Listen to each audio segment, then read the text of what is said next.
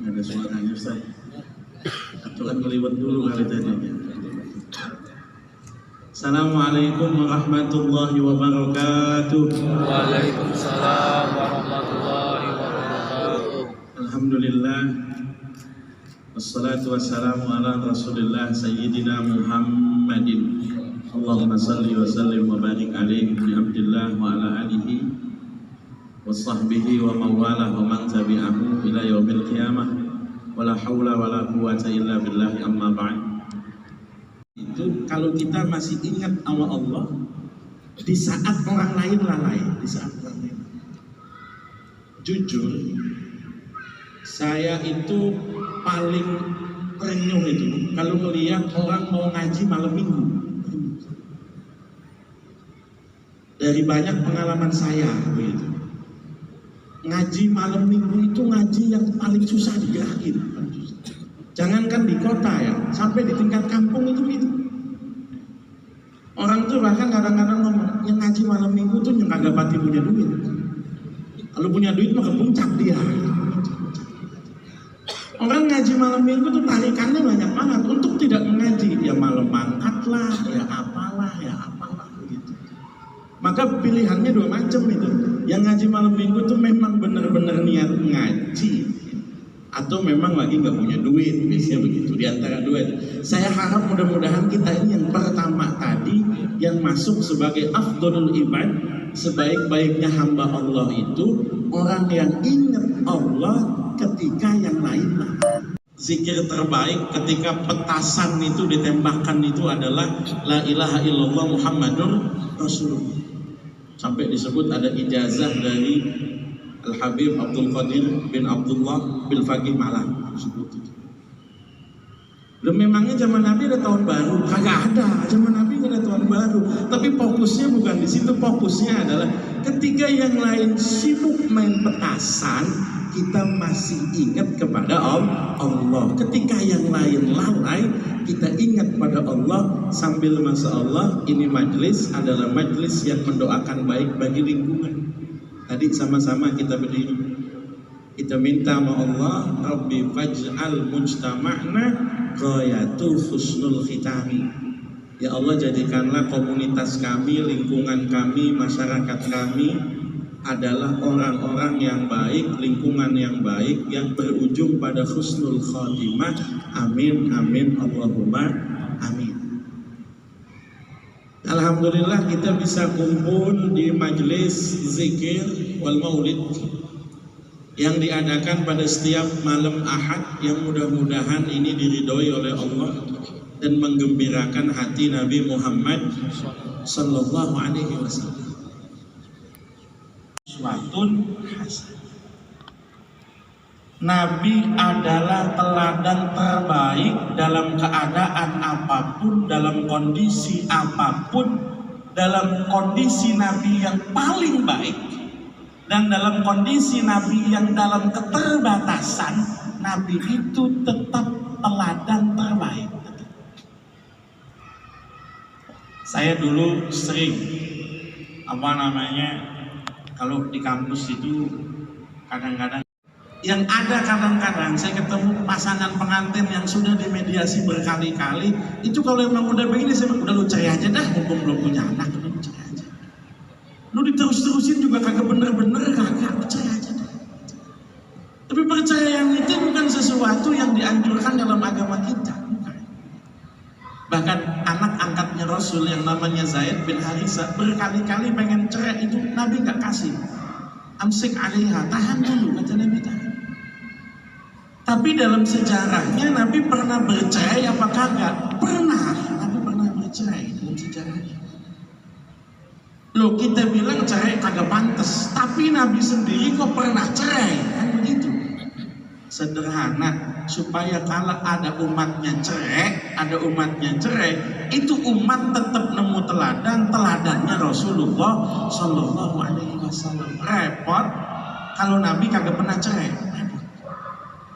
Misalnya nih, Nabi kagak pernah cerai, begitu ujuk-ujuk orang mau cerai, diledekin, lu cerai ikut Nabi siapa lu? Tapi karena Nabi itu pernah cerai, ketika ada orang cerai itu santai, lu ngapa pakai cerai? Ya takdirnya begitu, Nabi aja cerai, kan begitu ngomongnya. Jadi Nabi itu di saat kondisi yang kadang-kadang menurut kita kok nggak pas, tetap menjadi teladan. Itu contoh yang paling gampang, yang saya sesuaikan dengan muka-muka bapak-bapak saudara-saudara ini. Contoh, Nabi itu pernah saking capeknya tidur dalam sebuah perjalanan. Nabi bangun, matahari udah tinggi. Ini bukan bangun pagi namanya, bangun siang. Itu ketika Nabi aja baru bangun siang, sahabat yang lain masih tidur, Pak, masih tidur. Siang itu, bahasa siang itu kalau dalam bahasa Arab kita ngitung seperempat siang. Waktu terbaik sholat duha itu seperempat siang, waktu terbaik sholat. Nabi kan dulu ditanya, kalau pengen sholat duha, waktu terbaiknya kapan? Kata Nabi, fa'idha adhan nahar, kalau udah seperempat siang. Seperempat siang itu patokannya apa? Hina tarmidul fisol, ketika anak onta kepanasan. Puyeng kita, boro-boro ngitung anak ontanya kepanasan, ontanya aja belum ngelihat, begitu kan? Bagaimana kita tahu anak onta kepanasan? Itu disebut seperempat siang. Siang jam 6 sampai jam 6, 12 jam, berarti seperempatnya 3, 6 tambah 3, jam 9. Nabi saking capeknya bangun jam 9. Sahabat yang lain belum bangun. Daripada bangunin satu-satu capek, Nabi bangunin Bilal. Bilal bangun. Waduh, Nabi belum sholat subuh ini. Bukan lu doang, gua juga sama. Terus bagaimana Nabi? Azan. Untuk bangunin orang tidur, azan. Azanlah jam 9 siang. Nyala Zoom gak usah ditiru ya, yang ntar ada jam 9 jangan. Azan jam 9 siang, sahabat bangun semua kaget. Nabi kita belum subuh, gue juga sama. Bagaimana? Wudhu, habis wudhu, sholat subuh berjamaah jam 9. Ini Nabi pernah kodok subuh? Pernah. Karena Nabi pernah kodok, akhirnya ketika ada potongan-potongan kodok begini, santai aja. Lu sih bangun telat, Nabi aja pernah kodok 1 kali tong, 1 kali, bukan berkali-kali. Maka Nabi itu, Nabi Muhammad SAW itu jadi teladan dalam semua keadaannya yang kita anggap pantas ataupun tidak pantas. Nabi tetap teladan di titik itulah. Kemudian kita perlu tahu mana yang perlu kita teladani dari Nabi dan mana yang menurut ulama tidak wajib diteladani dari Nabi. Perbuatan Nabi itu 2 macam. Ada perbuatan Nabi yang unsurnya ibadah, ada perbuatan Nabi yang unsurnya bukan ibadah. Yang ibadah jelas ya, sholat, puasa, zakat, apa segala macam. Ada perbuatan Nabi yang unsurnya bukan ibadah, biasanya 3 macam. 3 macam itu adalah selera, budaya, atau body language-nya Nabi, bahasa tubuhnya Nabi. 3 macam. Jadi kalau ada perbuatannya Nabi yang tidak menjadi titik fokus ibadah, biasanya kalau bukan selera, budaya, atau juga misalnya adalah gerakan tubuh Nabi. Misalnya Nabi itu kalau dipanggil nggak pernah nengok, kagak pernah. Nabi sombong amat, dipanggil nggak pernah nengok. Nabi kalau dipanggil balik badan. Ini Nabi madep sono, dipanggil dari belakang, bukan nengok begini, balik badan total 180 derajat. Bapak bayangin, bapak naik motor ada yang manggil dari belakang, Lu kagak tabrakan itu motor. Itu body language-nya Nabi, itu bahasa tubuhnya Nabi. Kalau kita pengen niru dengan dasar kecintaan kita, boleh. Tapi kalaupun tidak bisa, yang penting panggilan itu kita respon. Patokannya kan di situ. Contoh, Nabi paling demen makan apa?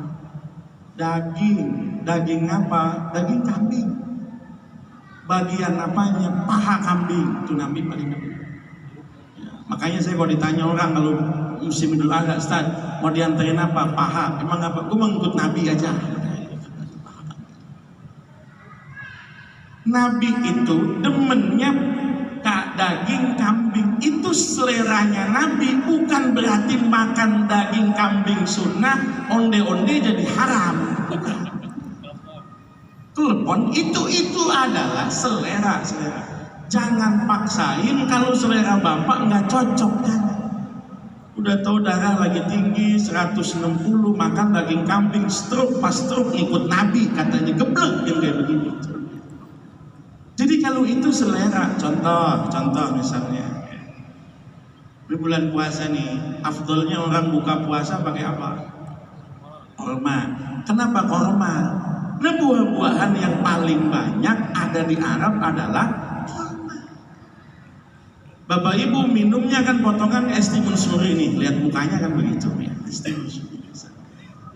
Ya, atau es teh manis atau itu, kemudian jangan dipaksakan harus korma. Kalau ada korma ya alhamdulillah, kalaupun bukan korma, yang penting berbuka dengan sesuatu yang manis-manis, yang adem-adem. Jangan buka makanya yang pahit-pahit, panas-panas, makruh itu. Buka kopi pahit, anget, makruh itu.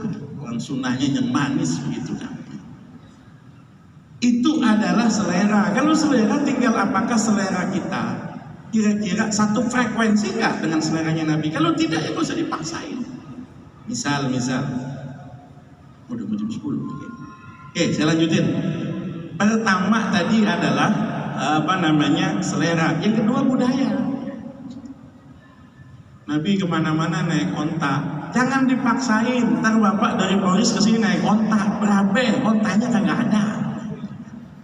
Itu budaya, karena moda transportasi yang ada di masa Rasul adalah onta, kuda, keledai, bidol, macam itu. Contoh nih misalnya nih, jenggot. Memang ada hadisnya, ada kata Nabi a'ful luha. A'ful luha itu bukan panjangin jenggot. A'ful luha itu kata Rasul biarkan jenggot. Kenapa? Karena pada waktu itu jenggot itu identitas. Pada waktu itu identitas. Budayanya begitu. Bapak-bapak memang genetiknya, kalau saya jenggot ini memang genetik. Bapak saya jenggotan, engkong saya jenggotan, kumpi saya dari atas memang jenggotan. Bapak-bapak yang nggak ada potongan jenggot, nggak usah beli Firdaus, wa doyo, wa ala ali, wa sobi ajmain, kagak usah. Nggak ada kaitannya jenggot kemudian dengan masuk surga. Lu mah kagak masuk surga, jenggotnya kagak ada. Nggak ada tuh kaitannya begitu, kagak ada. Karena itu adalah apa? Itu adalah budaya yang waktu itu ada. Jadi yang kita pakai adalah pesannya apa? Pesannya. Juga nanti diterusin banyak, misalnya sorban dan yang lain-lain. Yang ketiga body language, bahasa tubuhnya Nabi. Yang tadi saya contohin di awal itu sudah, misalnya ada banyak hal. Contoh begini, Nabi kalau takbir itu ngangkat tangan kan, Allahu Akbar, ngangkat tangan. Sepakat semua. Takbirnya ibadah, ngangkat tangannya teknis. Dalam bahasa fikih, teknis itu disebut sunnah hayat, teknis. Ngangkat tangannya semana Pak? Ada yang